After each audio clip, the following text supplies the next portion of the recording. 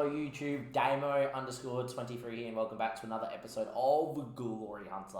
If you've been watching the YouTube episodes, you will know that today's episode is the FA Cup semi-final and we're starting with the semi-final draw. If you've not been up to date, what are you doing? Go watch the previous episodes. They're in my section of the, your subscription star next to that button. You click subscribe and then you click my name and you go to playlist and you can catch up that way. There you go.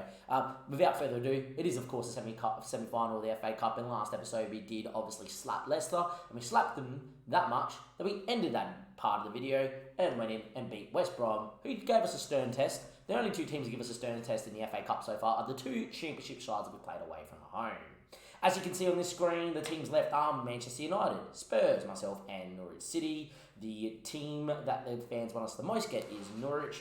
They, you got to remember, won the Europa League last year and the FA Cup the year before, so I wouldn't say they're particularly easy. I think in all of it, considering our record against Spurs this year, I think Spurs would be the side that we want. With that being said, favourites for the competition from this position, Newcastle at $2.20. That's always a good feeling. When you're favourite for a competition, you need to win on Glory Hunter. Without further ado, let's get into the draw. It doesn't matter, both these games are at Wembley, so it doesn't matter if you get drawn first or second in terms of where the game's being played. Look, I think on paper you want Norwich, but I actually think you want Spurs. If we get Manchester United, the winner of this semi-final will then be the ultimate favourite for the final. And without further ado, let's go see who comes out the hat first. It is ourselves, so we get a 1 in 3 chance of avoiding Man United. We will definitely avoid Man City. Unfortunately, though, we're going to do it the hard way. It is Manchester United in the semi-final of the FA Cup, and that is on the 15th of April. Obviously, I'll be back for that game there. In terms of results in the league, we have a game in hand. Chelsea drew. City lost to West Brom or Aston Villa in their last game as well. So, yeah, as much as we're giving away games, the teams around us trying to catch us are giving away games. So, somebody tells me we're going to finish inside the 4, which is very likely for me to say, okay, then, it's getting to that stage, do I just beat City and hope City finish 6th and get that job? That's maybe a thing to do. But yeah, look, this is going to be Manchester United. It's going to be a job, see what we can do. I'm just going to quickly have a look if there's a job available. Apparently Norwich is available. If they were to win the FA Cup, I would do it, but obviously we wouldn't know if they would, so we can't apply for that. Every other big job is just kind of standard. So yeah, look, unless there's some manager movements that we're going to do, we might be forced to take another year here at Newcastle. What I am going to do is there is an international break that's about to come up. I'm also going to go to bed and have a bit of a sleep because it's nearly bedtime for myself, which means that it's probably going to be a daytime backdrop when I film this FA Cup semi-final. With that being said as well, I am definitely going to look to play probably full strength against Fulham because, look, our B-side would win that one. Definitely going to rotate 100% and try to get absolutely slapped up in Old Trafford to provide a little bit of extra motivation for the FA Cup semi-final, and hopefully at Wembley we win against United and we find ourselves as favourites for the final. Welcome back YouTube. Semi-final FA Cup, Wembley. Manchester United, who are ahead of us in the league and fighting for the title. With that being said, since we last met, we've also played them in the league and we lost 2-1. Unfortunately for us, it was the day that Civic got sent off, so we are without our starting 6. But we did play quite well. The game had a good cut and thrust to it. And on a different day without the red card, definitely think we'll worth a point. With that being said, we also fully rotated against Fulham after the international break. Still won, which means that likelihood of finishing 6th is pretty much cooked. If you look at the race for coefficients as well, we are clearly in a position where 5th will get a Champions League spot. So I think where we can manufacture a 5th place finish, I do think West Ham going on a run or Villa or Arsenal to overtake us is probably a little bleak unless we lose every game from here on out. And considering I have away games to West Ham and Southampton, who have not been particularly great in the league, I do think that is going to be slightly impossible. With that being said though, let's focus on the FA Cup in a tick. Also want to say we had the draw for the Euros, which will be at the end of the season, of course. We got Greece, Georgia, and Slovenia. A very easy group. Should be topping it nice and easy. Also have put in some friendlies against Colombia, Wales, and Scotland. You won't see those games for YouTube. What I'm just going to do with those games there, Colombia, Wales, and Scotland, obviously fully rotate the boys and make sure that everyone gets 100% match fit before the tournament. Now, you might be thinking, Damien, who have you got in the FA Cup if you were to get through? Clearly put, Spurs spanked Norwich. Would make us favourites if we make the final, would make United favourites if they made the final. Spurs are 11th. Both times I played them, I've won. Second one of those times, I fully rotated trying to lose, and we still won. So, yeah, it is what it is. With that being said, though, the team is virtually full strength bar you great. It is Katko, Salmakers, Magala, Lacroix, and Sergio. You great in the middle. Jude and Tisney Brown and Isaac and Osimhen. Important to note, Lewis Brown has grown into this good of a footballer. He has now finally been picked up by England, capped and scored. England are using him up front. Yeah, there would be a world where I would play him up front as well. Now, there is a world, because Manchester City's job is insecure, that if City somehow finished 6th, made the Europa League, and their job became available, I would jump ship and be that villain to try and win the Europa League. Not going to lie, because it's the next competition we really need to tick off. But first things first, let's try and win the FA Cup. We did lose to them last time out. Let's see what we can do here. It is a very similar side to what we played them in the episode that we focused on in the season. Only things that I can see different there is Rashford's on the left with Marcus Leandro up front. Yeah, that's fun. Yeah, good player. That's from the last episode. They played pretty similar in the last game that we lost to. Dominic Sizeball was not on the bench last time, but he's on the bench this time. Wow. And yeah, Anthony started last time out. Not starting today. Awesome. There we go. It's a pretty good side. Same as last time out. Yeah, probably. It's going to be a very tight, tense affair. The only thing I will say is at least we're drawn as the home team here for this tie. I do think that it matters somewhat in terms of keeping the ball in possession and stuff, but it is a neutral ground. It's Wembley, for goodness sake. So, yeah, here we go. I will say I think the longer this game stays 0-0, the better it is for us. I just think United have that firepower to blow you away, obviously, with Rashford and co. Now, it's an early set piece here, and picked off by Katko, who punches. Brown flicks away. Rashford wheels around, chips one. Sancho's there. Def finish. We're 1-0 down to Jordan Sancho.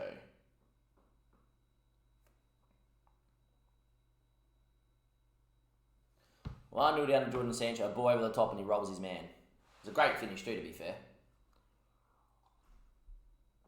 Great finish too, to be fair. Rashford's ball comes inside. Little dink. Rolls him. Sergio's got to do better, the youngster. That is a really big defensive mistake. Anyhow, it is what it is. Maybe we get bitten for not having a more experienced left back in Merlin out there. We've lost the ball, get in the middle of the park, and Rashford should have made it 2-0. So, an okay but a cagey start, and now United are starting to dominate, which is what I feared could happen. Got to get us to demand a little bit more here. Try and find a highlight before half-time, which we have not found. We do have the quality out there, but we've not found a highlight just of yet. 1-0 down. I'm going to get aggressive here. We're going to thrash the arms and tell them it was terrible. Start the second half. Starting to slightly get on top of the game now with a little bit more possession. Similar amount of shots and shots on target, similar amount of XG, but the only massive difference is we are the team that is 1-0 down. 60 minutes played. Not a lot going on in here either.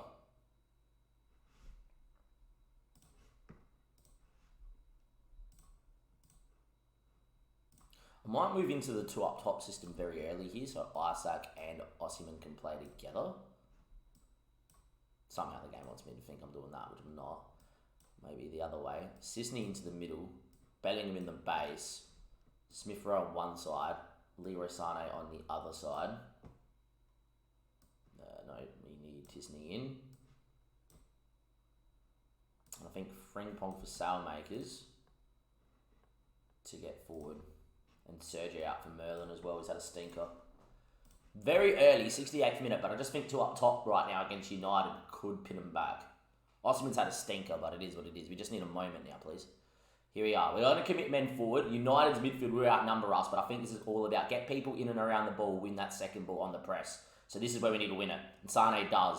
Funks on to Isaac with the ball. If we concede, I probably should move back to a different system. Sané tackle. Falls to Tisney. It falls to Tisney, the French wonder kid, and he finishes. Maybe Unai Simon should do better in the net, but we do find a goal in the 77th minute.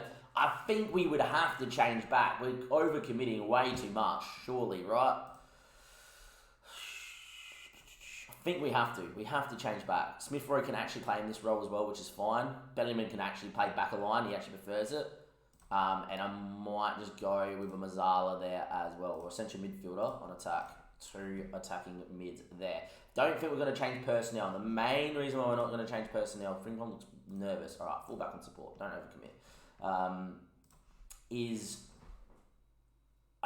If we overcommit with the fullbacks going on with the two centre mids on attack, or the advanced playmaker and centre mid on attack, we could get hit on the break here, late doors, by like a fresh Anthony. So hopefully this gets us towards extra time. And it does. Okay, that's fine. Now we need to think about penalty takers.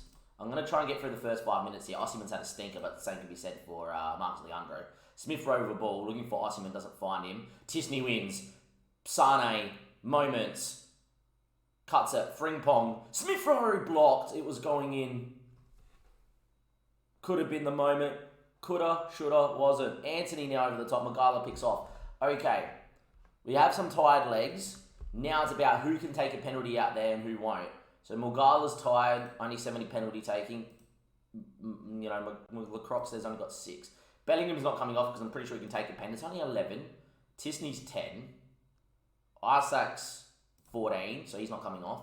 Smith Rowe's got 11. Sane's got only 10. Jeez, we don't have any penalty takers on there.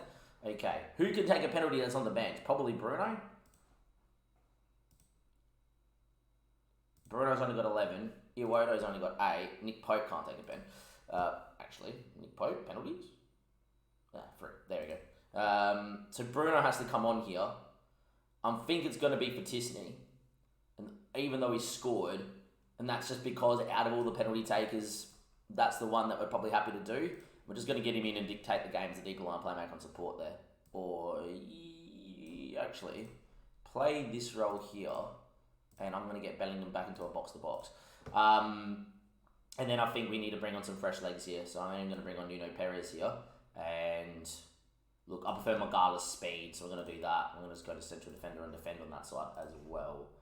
There we are. Going to stay 4-3-3. One fresh leg at the back to sweep up. A fresher defensive midfielder in Bruno, but mainly with a view on a penalty shootout.